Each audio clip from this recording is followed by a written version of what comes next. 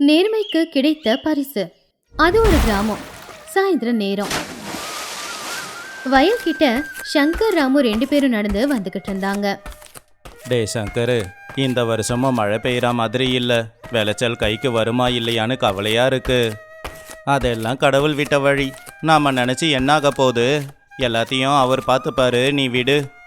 அந்த கடவுளுக்கு தான் நம்ம மேலே கருணை இல்லையே. கையில் ஒத்த ரூபா கூட இல்லை. என் பொண்ணு கல்யாணத்தை எப்படி நடத்த போகிறேனே தெரியல.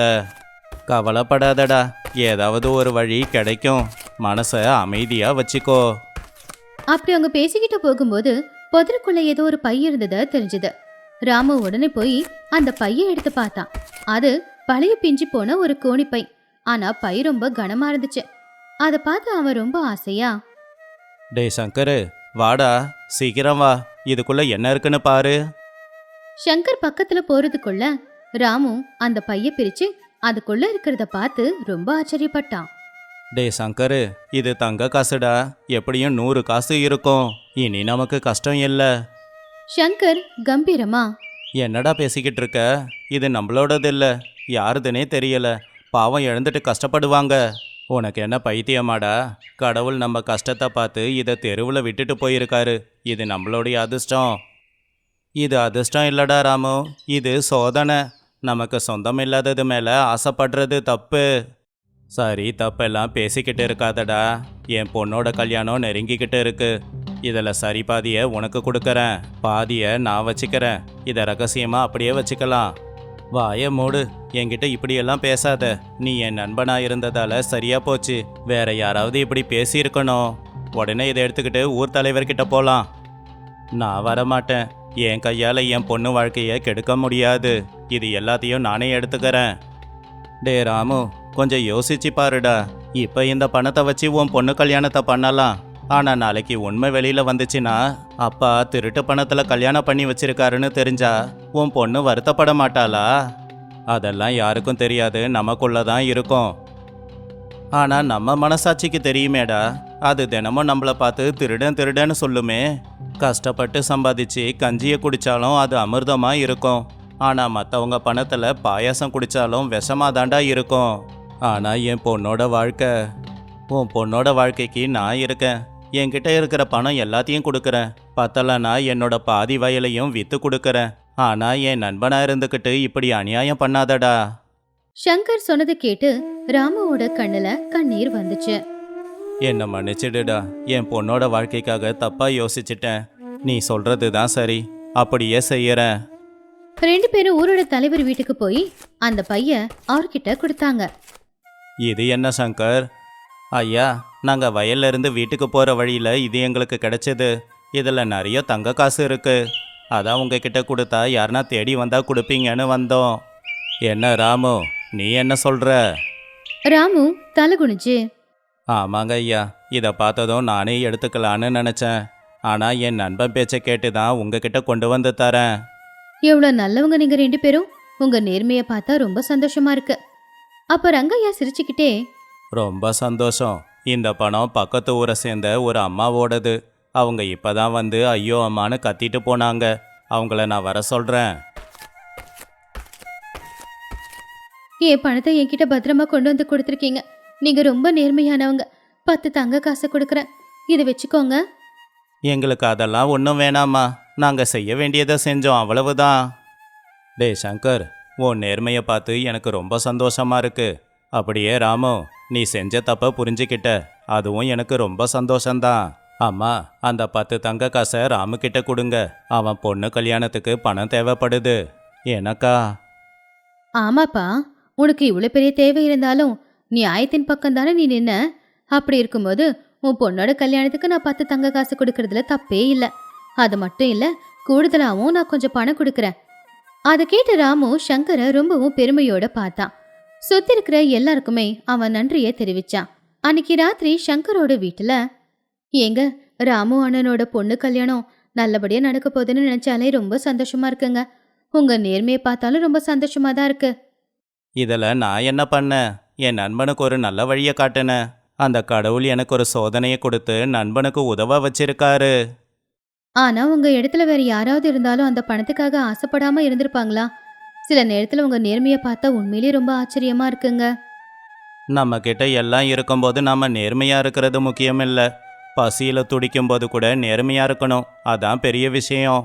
என் நண்பன் இன்னைக்கு அதை தெரிஞ்சுக்கிட்டான். எனக்கு அது போதும். நாளையில இருந்து கல்யாண வேலை ஆரம்பிக்க போறாங்க. நாமளும் அவங்களுக்கு போய் நிறைய உதவி செய்யணும். லக்ஷ்மி நமக்கும் பொண்ணு தானே. நிச்சயமா. என் நண்பனோட பொண்ணுனா அவனுக்கு தான் பொண்ணா? எனக்கும் தான் பொண்ணு. நாளைக்கு காலையிலே போய் என்ன வேலை இருக்குன்னு கேட்டு தெரிஞ்சுப்போம். அடுத்த நாள் காலையில ஊருக்கு நடுவுல இருக்கிற கிணத்துக்கிட்ட ரங்கம்மா அங்க வந்திருக்கிற மத்தவங்க எல்லார்கிட்டயும், கேள்விப்பட்டீங்களாடி, ராத்திரியோட ராத்திரியே ராமுவோட தலையெழுத்து மாறிடுச்சாமா. அட ஆமா ரங்கம்மா, வழியில நிறைய தங்க காசு கிடைச்சுதான். அதை சம்மந்தப்பட்டவங்களுக்கு கொடுத்தப்போ அவங்க பரிசா அவனுக்கு காசு கொடுத்தாங்களாமே. வழியில கிடைச்சதா இல்ல இவனுங்களே திருடி எங்க மாட்டிப்போமோ அப்படிங்கிற பயத்துல அதை கொண்டு போய் திரும்ப கொடுத்துட்டானுங்களா? அப்ப இன்னொருத்தங்க, சிச்சி என்ன சொல்ற, சங்கர் எவ்வளவு நல்ல மனுஷன் உனக்கு தெரியாதா? அவரும் அப்படி செய்ய மாட்டாரு, செய்யவும் விட மாட்டாரு.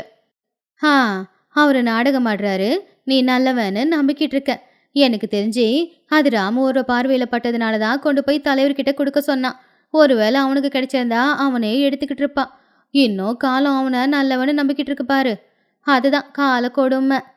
ராமு அவனுடைய வீட்டுல பொண்டாட்டிக்கிட்ட சந்தோஷமா, பாத்தியா சீதா, அந்த கடவுளுக்கு நம்ம மேலே கருணைய என் நண்பர் சங்கர் மூலமா என் பொண்ணு கல்யாணத்தை நல்லபடியாக நடத்த வச்சிருக்காரு. லக்ஷ்மி அவங்க அப்பா சொன்னதை கேட்டு, அப்பா என் கல்யாணத்துக்காக நீங்க இவ்வளவு கஷ்டப்படுறது எனக்கு ரொம்ப கஷ்டமா இருக்குப்பா.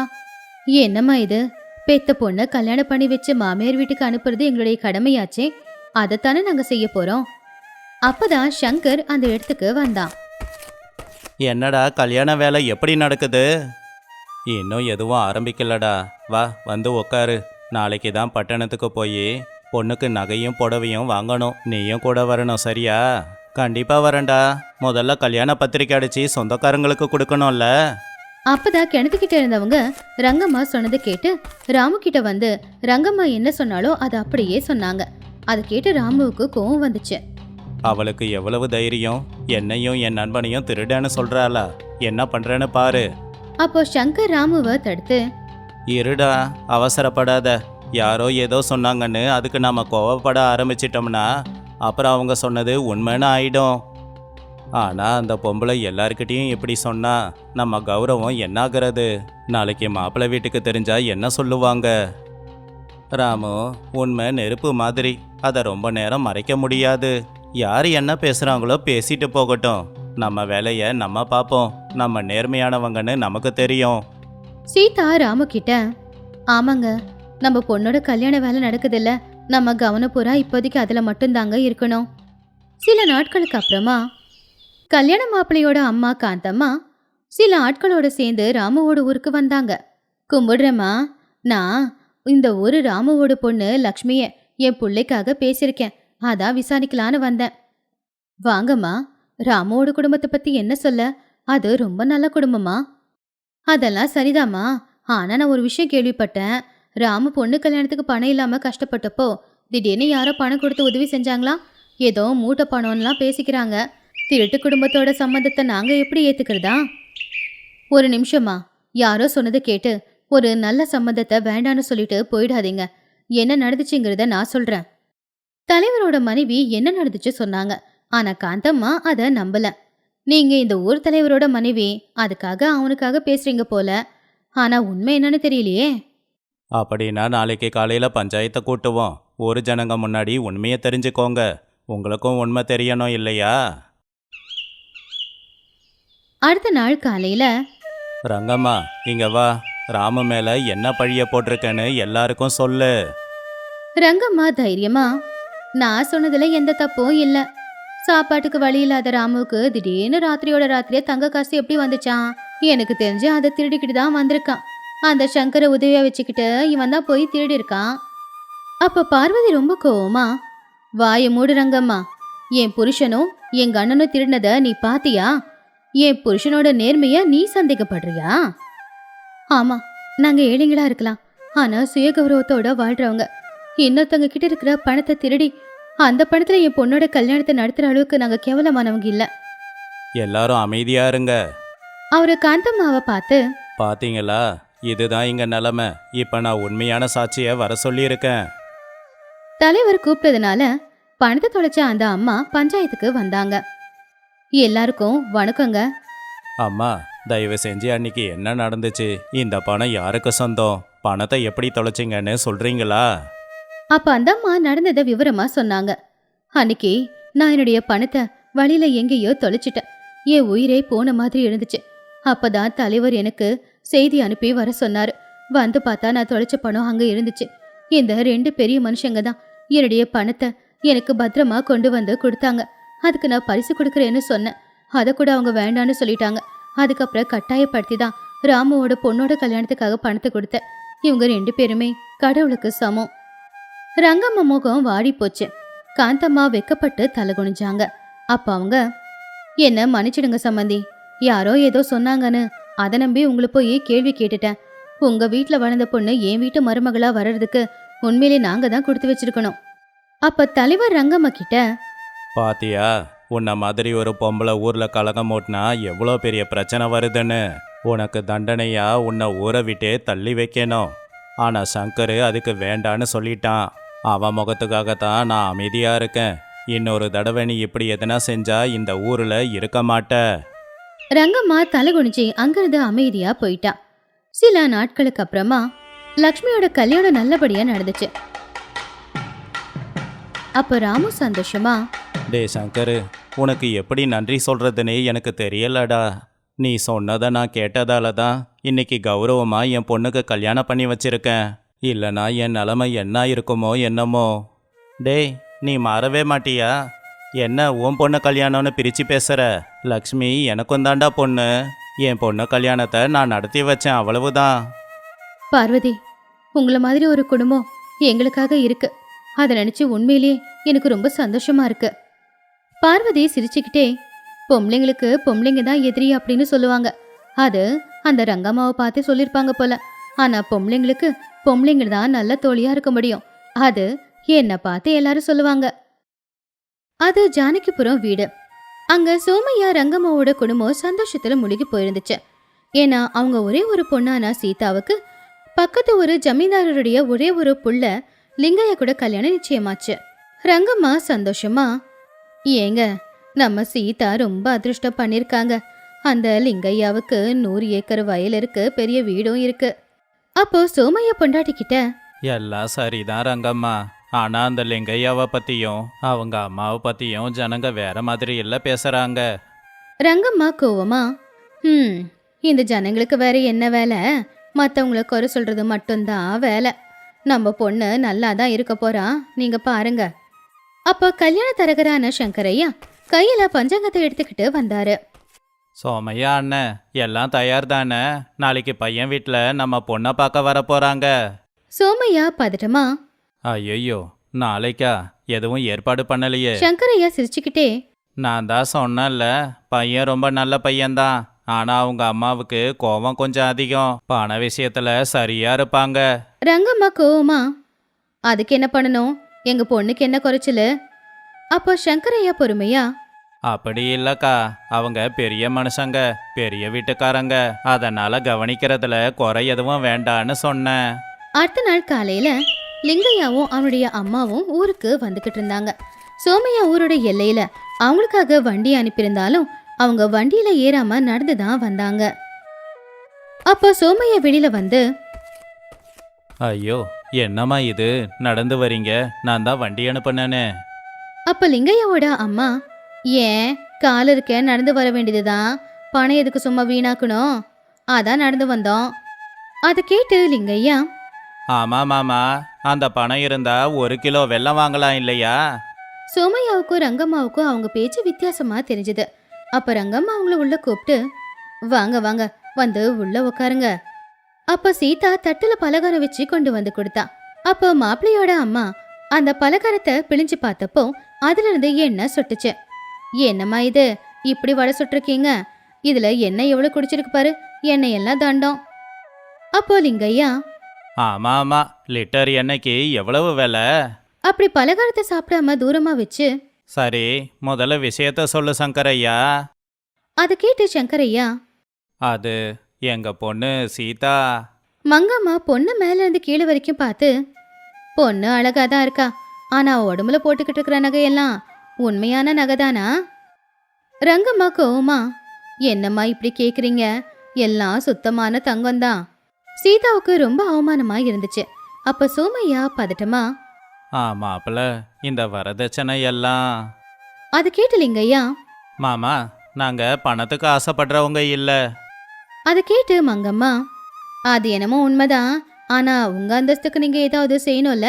ஒரு 20 பவுன் நகை போடுங்க, 50,000 ரூபாய் ரொக்கம் கொடுத்துருங்க. அதை கேட்டு சோமையா, 50,000 ரூபாவா? என்ன ஆச்சரியப்படுறீங்க, என் புள்ள தங்கம், அவனுக்கு அது கம்மி தான். அதை கேட்டு சீதா எழுந்திருச்சு போய் அவளுடைய அறைய மூடிக்கிட்டா. அப்ப ரங்கம்மா பின்னாடியே போய், அடியே சீதா, என்ன பண்ணிக்கிட்டு இருக்க? சீதா ரொம்ப கோவமா, அம்மா, இவங்க மனுஷங்களா இல்ல கழுகுங்களா? என்ன பார்க்காம நான் போட்டிருக்கிற நகையை பாக்குறாங்க, எனக்கு இந்த கல்யாணம் வேண்டாமா? அப்ப ரங்கம்மா பொண்ணுகிட்ட, ஐயோ அப்படியெல்லாம் சொல்லக்கூடாதுமா, சொத்து இருக்கிறவங்க கொஞ்சம் இப்படிதான் நடந்துப்பாங்க, நாம தான் பொறுத்துக்கணும். சீதாவுக்கு விருப்பமே இல்லைனாலும் அம்மாவுக்காக அந்த கல்யாணத்துக்கு ஒத்துக்கிட்டா. கல்யாண வேலையும் தொடங்குச்சு. லிங்கையா ஒவ்வொரு ரூபாவும் கணக்கு பாக்குறவன். கல்யாண பத்திரிகை அடிக்கிற அந்த ஆள்கிட்ட போய், என்னப்பா இது? எதுக்கு இவ்வளோ விலை அதிகமான பத்திரிக்கை? வேற போடு, கம்மி விலையில போடு. கல்யாணத்தப்போ சாப்பாடு விஷயத்துல பெரிய சண்டையே நடந்துச்சு. ஐயா, சாப்பாட்டுக்கு சின்ன அரிசி போடுங்க. அதை கேட்டு மங்கம்மா, இல்ல இல்ல, சின்ன அரிசி விலை அதிகம், பெரிய அரிசி தான் விலை கம்மி, அதனால அதை தான் போட்டிருக்கோம். அப்போ லிங்கையா, ஆமா ஆமா, பெரிய அரிசியா இருந்தா சாப்பாடும் பெருசு பெருசா இருக்கும், கொஞ்சமா தான் சாப்பிடுவாங்க, செலவு மிச்சம். சோமையா கவலையா, ஐயோ, கல்யாணத்துக்கு வரவங்க என்ன நினைப்பாங்க? என்ன நினைச்சா என்ன, நமக்கு பணம் மிச்சமாகும்ல. ரங்கம்மா இதெல்லாம் கேட்டுக்கிட்டு தான் இருந்தாங்க. அவங்க முக கோவத்துல செவக்க ஆரம்பிச்சுது. ஆனால் அவங்க அமைதியா இருந்தாங்க. கல்யாண நாளும் வந்துச்சு. லிங்கையா கல்யாண மேடையில கூட பக்கத்துல இருக்கிற பூசாரி கிட்ட சண்டை போட்டுக்கிட்டு இருந்தான். லிங்கையா பூசாரி கிட்ட போய், ஏன் பூசாரி, அந்த தேங்காய் விலை 5 ரூபாய் தானே, அதுக்கு போய் என்கிட்ட 10 ரூபாய் வாங்கிட்டியே. அதுக்கு பூசாரி, என்னப்பா பேரம் பேசுற நேரமா இது? மங்கம்மா புள்ளக்கிட்ட வந்து, சும்மாடா, கல்யாணம் முடிட்டோம், அப்புறம் பேசிக்கலாம். முகூர்த்த நேரம் வந்துச்சு. லிங்கையாவோட கையில ஒரு சின்னதா இருந்த தங்க சங்கிலியில தாலி இருந்துச்சு. இத பார்த்து ரங்கம்மா ஆச்சரியமா, என்னங்க இது, தங்க சங்கிலி இவ்வளவு சின்னதா இருக்கு? அதுக்கு மங்கம்மா, சின்னதா இருந்தா என்ன, சொக்க தங்கமாச்சே, 1/2 பவுன்ல செய்ய வச்சேன், அதுலதான் காசை மிச்சம் பிடிச்சேன். இது எல்லாத்தையும் பார்த்துக்கிட்டு இருந்த சீதா தலை குனிஞ்சி கழுத்தை நீட்டினா. கல்யாணம் ஆச்சு. இப்ப பொண்ண மாமியார் வீட்டுக்கு அனுப்ப வேண்டிய நேரம். சீதா அழுதுகிட்டு அவளுடைய புருஷன் வீட்டுக்கு போகும்போது சோமையா லிங்கையாவோட கைய பிடிச்சு, மாப்பிள்ள, என் பொண்ணு தங்க மாப்பிள்ள, அவளை நல்லபடியா பாத்துக்கோங்க. அதை கேட்டு லிங்கையா பெட்டிய பார்த்து, நான் பாத்துக்கிறேன் மாமா, ஆனா நீங்க சொன்னது எல்லாத்தையும் அந்த பெட்டியில வச்சிருக்கீங்கல்ல? எல்லாத்தையும் வச்சிட்டேன் மாப்பிள்ள. சீதா புருஷனோட வீட்டுல காலடி எடுத்து வச்சா. அந்த வீடு பெருசாதான் இருந்துச்சு. ஆனா அந்த வீட்டுக்குள்ள வெளிச்சம் கொஞ்சமா தான் இருந்துச்சு. அப்ப மங்கம்மா சீதா கிட்ட, சீதா, அந்த விளக்கெல்லாம் அணைச்சிடு, எதுக்கு என்ன வீணாகுது, இங்கெல்லாம் இருட்டான உடனேயே படுத்து தூங்கிடணும். அது முதல் ராத்திரி. சீதா பயத்தோட அறையில உட்காந்துக்கிட்டு இருக்கும்போது லிங்கையா அறைக்குள்ள வந்தான். அவன் சுத்திலும் பார்த்து, என்ன இது, யார் இவ்வளோ பூ அலங்காரம் பண்ணது, பணம் வீணா போச்சே. லிங்கையா சீதா பக்கத்துல வந்து உக்காந்தான். சீதா கையில பால் கிளாஸ் நடுங்கிக்கிட்டு இருந்துச்சு. அப்போ அவன் அதை பார்த்து, என்ன இது, பாலா? சீதா பொறுமையா, அத்தைதாங்க கொடுத்தாங்க. லிங்கையா கோவமா அந்த பால் கிளாஸ வாங்கி, என்ன இது, ராத்திரி நேரத்துல பால் குடிச்சா பணம் வீண் தானே? அப்போ சீதா பொறுமையா, என்னங்க? அப்போ லிங்கையா, தினம் இப்படி பால் பழம்னு சாப்பிட்டுக்கிட்டு இருந்தா சொத்து கரைஞ்சிடும், என் வீட்டுல இப்படியெல்லாம் நடக்கக்கூடாது அப்படின்னு சொல்லி அந்த பாலை வெளியில ஊத்திட்டான். அதுக்கப்புறமா பக்கத்துல இருக்கிற 2 விளக்கையும் அணைச்சிட்டு, இப்ப சரியா இருக்கு, எங்க வீட்டுல பொழுது போனா படுத்து தூங்கிடணும். அந்த இருட்டு அறையில சீதாவோட கண்ணுல இருந்து கண்ணீர் கொட்டிக்கிட்டு இருந்துச்சு. ஆனா அந்த நிமிஷம் சீதா ஒரு முடிவும் எடுத்தா. அடுத்த நாள் காலையில மங்கம்மா சத்தமா, மருமகளே, கோழி கூவிடுச்சு, எழுந்திருக்க மாட்டியா? சீதா எல்லாருக்கும் முன்னாடியே எழுந்திருச்சு குளிச்சுட்டு வந்து கதவை திறந்தா. சீதா சிரிச்சுக்கிட்டே, நான் எழுந்திரிச்சிட்டேன் அத்தை. மங்கம்மா ஆச்சரியமா, சரி சரி, அந்த வேலைக்கார பொண்ணு வருவா, அவ வீட்டை சுத்தம் பண்ணுவா, அப்புறம் நீ. அப்ப சீதா, வேண்டாங்க அத்தை. என்ன வேண்டா? சீதா பொறுமையா, அந்த வேலைக்கார பொண்ணுக்கு மாச சம்பளம் எவ்வளவு? ஒரு 20 ரூபா. அப்ப சீதா சத்தமா, ஐயோ 20 ரூபாவா? எதுக்கு பணதண்டம்? எல்லா வேலையும் நான் பாத்துக்கிறேன். அதை கேட்டு மங்கம்மா ஆச்சரியப்பட்டாங்க. அவங்க சந்தோஷமா, அப்படியா, நீயே பண்ணு, அந்த வேலைக்கார பொண்ணை நிப்பாட்டிடுறேன். அப்ப லிங்கையா எழுந்திருச்சு வந்து, என்னம்மா? சீதா புருஷன்கிட்ட, ஏங்க நீங்க வயலுக்கு போகணும்ல, கூலி ஆட்களை வச்சு தண்டமா பணம் கொடுக்காதீங்க, வேலையெல்லாம் நாம பாத்துக்கலாம். லிங்கையா சந்தோஷமா, பரவாயில்ல சீதா, என்ன மாதிரியே நீயும் யோசிக்கிறியா? அன்னையிலிருந்து சீதா அந்த வீட்டோட அதிகாரத்தை அவ கையில எடுத்துக்கிட்டா. காலையில டிஃபன் சாப்பிடுற நேரம் மங்கம்மா கோவமா, என்ன சீதா இது கஞ்சி, இட்லி சட்னி பண்ணலையா? அதை கேட்டு சீதா, ஐயோ அத்தை, இட்லிக்குனா உளுந்து வேணும், சட்னி அரைக்க உடச்ச கடலையோ வேர்க்கடலையோ தேங்காவும் வேணும், எதுக்கு பண தண்ட செலவு?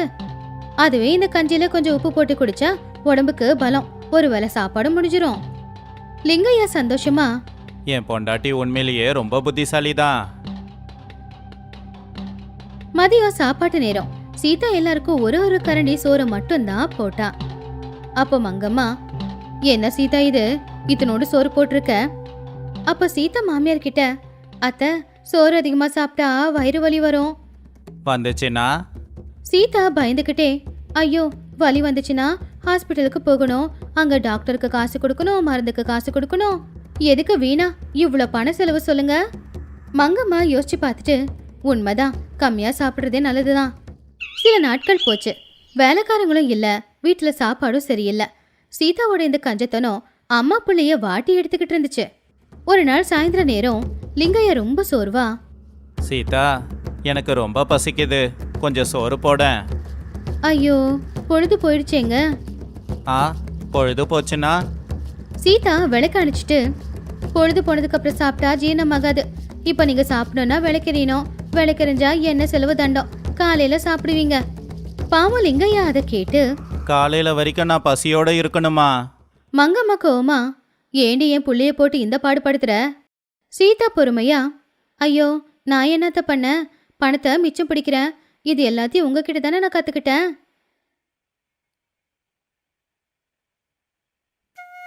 அன்னைக்கு ராத்திரி லிங்கையா மங்கம்மா 2 பேரும் பசி தாங்க முடியாம திருட்டுத்தனமா சமையலறைக்குள்ள போனாங்க. மங்கம்மா கோவமா, பாத்தியாடா உன் பொண்டாட்டி நம்ம எல்லாரையும் தூக்கி சாப்பிடுற கஞ்ச பிசினரிடா. ஆமாம்மா, ரொம்ப கஷ்டமா இருக்கு. இந்த வடையெல்லாம் என் கல்யாணத்துல தான் கடைசியா சாப்பிட்டேன். அவங்க சமையல் அறைக்கு வந்தாங்களோ இல்லையோ, அப்ப திடீர்னு சீதாவோட குரல் கேட்டுச்சு. சீதா விளக்கு பத்த வச்சு, திருடுங்க திருடுங்க. அதை கேட்டு லிங்கையா மங்கம்மா 2 பேருமே ஆச்சரியப்பட்டாங்க. சீதா சிரிச்சுக்கிட்டே, என்னத்த, என்னங்க பசி எடுக்குதா? அதுக்கு லிங்கையா, ஆமா. அப்ப சீதா கோவமா, நம்ம முதல் ராத்திரி அன்னைக்கு பாலை கீழே ஊத்துனீங்களே, அப்போ ஏன் பசி உங்களுக்கு தெரியலல்ல? மங்கம்மா பதட்டமா, அது வந்து அது. சீதா கோவமா, என்னத்த, எங்க வீட்டுக்கு பொண்ணு பார்க்க வந்தப்போ நாங்க செஞ்ச வடையில எண்ணெயே இவ்வளோ இருக்குன்னு கிண்டல் பண்ணீங்க, கல்யாண சாப்பாட்டுல சின்ன அரிசி எதுக்குன்னு பெரிய அரிசி போட்டீங்க, எனக்கு 1/2 பவுன்ல செயின் போட்டீங்க, நான் கொண்டு வந்த வரதட்சணை இந்த வீடு முழுக்க இருக்கு, ஆனா நான் சரியா சாப்பிடுறதும் இல்ல, சரியா தூங்கவும் முடியறதில்ல. அத்தை, பணத்தை சேர்த்து வைக்கிறது தப்பில்ல, ஆனா அதுக்காக வாழ்ற ஒத்த வாழ்க்கையில சரியா சாப்பிடாம கூட வாழ்ந்து செத்து போய் அந்த பணத்தை சேர்த்து வச்சு என்னத்த பண்ண போறீங்க? லிங்கையா அவமானப்பட்டு தலை குனிச்சு, உண்மைதான் சீதா. மங்கம்மா கண்ணுல கண்ணீரோட, எங்களை மன்னிச்சிடுமா, எங்களுக்கு இப்ப அறிவு வந்துருச்சு. அப்ப லிங்கையாவும் கையெடுத்து கும்பிட்டு, அம்மா தாயே, நீ என் பொண்டாட்டி இல்ல, உன்னை தெய்வமா நினைச்சு கும்பிடுறேன், இந்த கஞ்ச புத்திய இனிமே காட்டாத. சீதா சிரிச்சுக்கிட்டே, இன்னையிலிருந்து இந்த வீட்டுல கஞ்சத்தனம் இருக்காது, சிக்கனம் மட்டும்தான் இருக்கும். அன்னையிலிருந்து அந்த வீட்டுக்கு சீதா தான் எல்லாமுமா இருந்தா. அவ கஞ்சத்தனம் பண்ணல, ஆனா பணத்தை மிச்சம் பிடிச்சா. லிங்கையா மங்கம்மா 2 பேரும் சீதாவோட புத்திசாலித்தனத்தையும் அன்பையும் பார்த்து ரொம்பவும் சந்தோஷப்பட்டு அவளை எப்படி பார்த்துக்கணுமோ அப்படி நல்லபடியா பார்த்துக்கிட்டாங்க.